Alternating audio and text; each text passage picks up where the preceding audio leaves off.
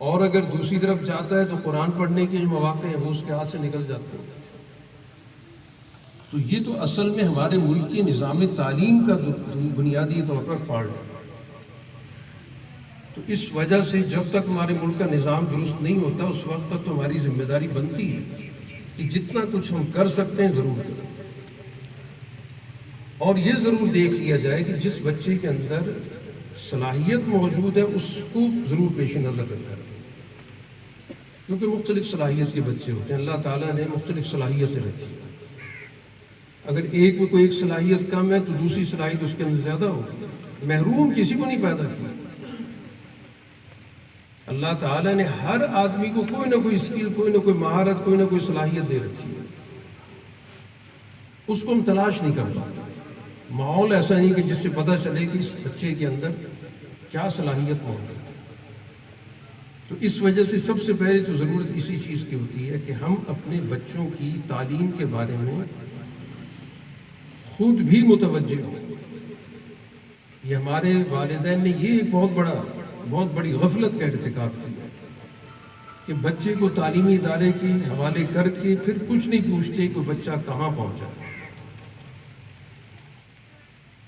وہ اس پہ مطمئن ہوتے ہیں کہ بچہ ہر روز اسکول جاتا ہے، کچھ نہ کچھ تو پڑھتا ہی ہوگا۔ اب اس کی تعلیم کے ساتھ تربیت کا لحاظ رکھنا تو بہت اہم چیز ہے۔ تعلیم ہوتی کس لیے؟ تربیت کے لیے ہوتی ہے۔ اس کے اندر اچھے اخلاق ہیں یا نہیں، بزرگوں کا احترام ہے یا نہیں، اساتذہ کے ساتھ گفتگو کیسی ہے، اپنے ہم جوڑیوں کے ساتھ، ہم نشینوں کے ساتھ، دوستوں کے ساتھ کس طرح کی اس کی صحبت ہے۔ تو تعلیم اور تربیت یہ ہمیشہ لازم ملزوم ہوتی ہے۔ تو اگر تعلیم و تربیت کو ساتھ ساتھ چلایا جائے گا تو انشاءاللہ اس کے نتائج نکلیں گے، لیکن یہ دونوں کو کام کرنا ہوگا، اساتذہ کو بھی اور والدین کو۔ ان دونوں کے درمیان رابطہ ہوگا تو پھر جا کر بچے کی صحیح تعلیم و تربیت ہوگی، اس کو ایک صحیح ماحول ملے گا۔ اور اگر استاد کوئی تقاضا کر رہا ہے گھر میں اس جیسا ماحول اس کو نہیں دیا جا رہا تو ظاہر استاد کی وہ یکطرفہ طور پر جو بھی توجہ ہے نتیجہ نہیں دے گی۔ تو اس وجہ سے اس چیز کو بھی ضرور ملحوظ رکھا جائے کہ کوئی بھی ادارہ اس وقت تک کامیاب نہیں ہوتا جب تک کہ سوسائٹی کے لوگ اس میں اپنا کردار نہیں ادا کرتے۔ تو اس وجہ سے یہ ہماری اجتماعی ذمہ داری ہے کہ آج ہماری نئی نسل ہمارے ہاتھوں سے نکل رہی ہے، اور وجہ اس کی کیا ہے کہ اس کے پاس اب وہ ذرائع آ گئے ہیں جو 24 گھنٹے اس کے پاس موجود ہے۔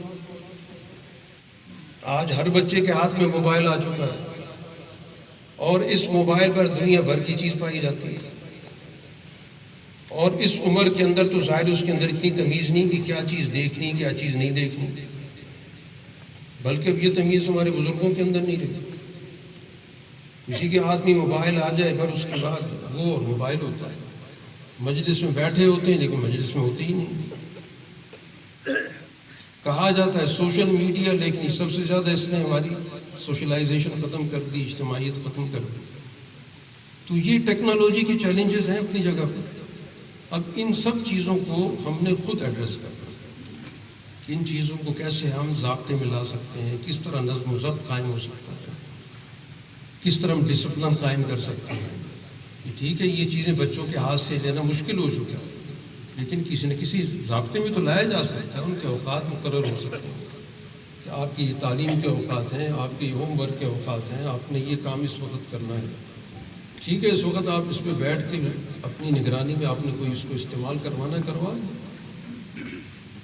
تو بہرحال یہ ہماری اجتماعی ذمہ داری ہے، اور بڑی خوشی ہے کہ ہمارے بھائی پروفیسر زبیر حفیظ صاحب نے یہ اقدام کیا ہے، اور آپ سب کے تعاون سے ظاہر یہ کام آگے بڑھے گا۔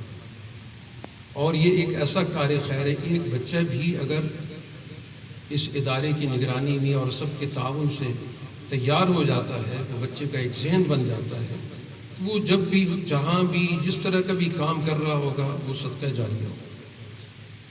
تو ہمارے پاس وہ ہے نیکی کے حصول کے بہت سارے ذرائع ہیں، ہم اس پہ توجہ نہیں دیتے۔ تو اس لیے بچوں پہ توجہ دینا بہت بڑی ضرورت ہے، اور جن کو بڑی عمر کے اندر علم کا شوق ہوا ہے بہت اچھی بات ہے، ان کو اپنا یہ شوق پورا کرنا چاہیے۔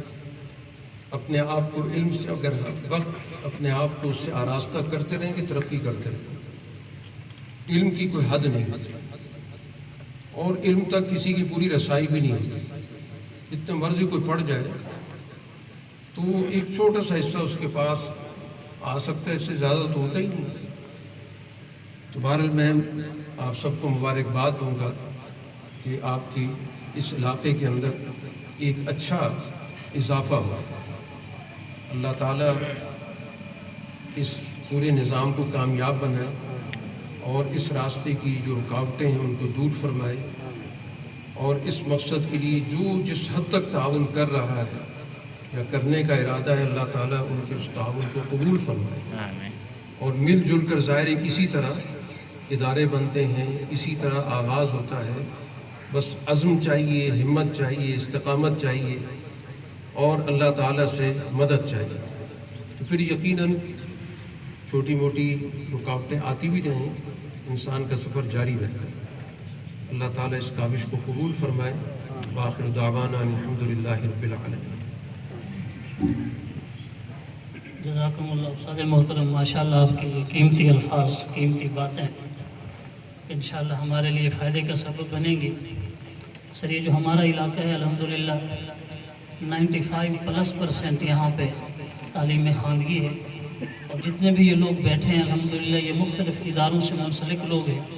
ان میں پروفیسرز بھی بیٹھے ہیں، ڈاکٹرز بھی، اور ایسے میرے اساتذہ بھی الحمدللہ موجود ہیں جنہوں نے 50 سال سے زائد عرصہ تک کسی تعلیمی اور تدریسی سلسلے سے منسلک ہیں۔ الحمدللہ بڑا زرخیز علاقہ ہے، اور اللہ سے یہی مانگا تھا کہ یا اللہ ہم کام کرنا چاہتے ہیں، جب تک قسمت میں نہیں تھا ہمارے ارادے ہی رہے۔ اب اللہ نے توفیق بخشی ہے تو کچھ اسباب مہیا ہوئے، اللہ نے توفیق دی، تو انشاءاللہ یہ کام چلے گا۔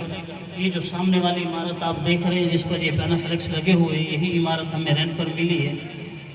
ابتدائی طور پر انشاءاللہ ادھر ہی کام کرنے کا ارادہ ہے، اور جیسے حدیث میں من لم یشکر الناس لم یشکر اللہ، جو لوگوں کا شکریہ ادا نہیں کرتا وہ اللہ کا شکریہ بھی ادا نہیں کرتا۔ اس میں کوئی شک نہیں کہ مختلف دوستوں کا تعاون شامل حال رہا، اللہ تعالیٰ انہیں جزائے خیر عطا فرمائے۔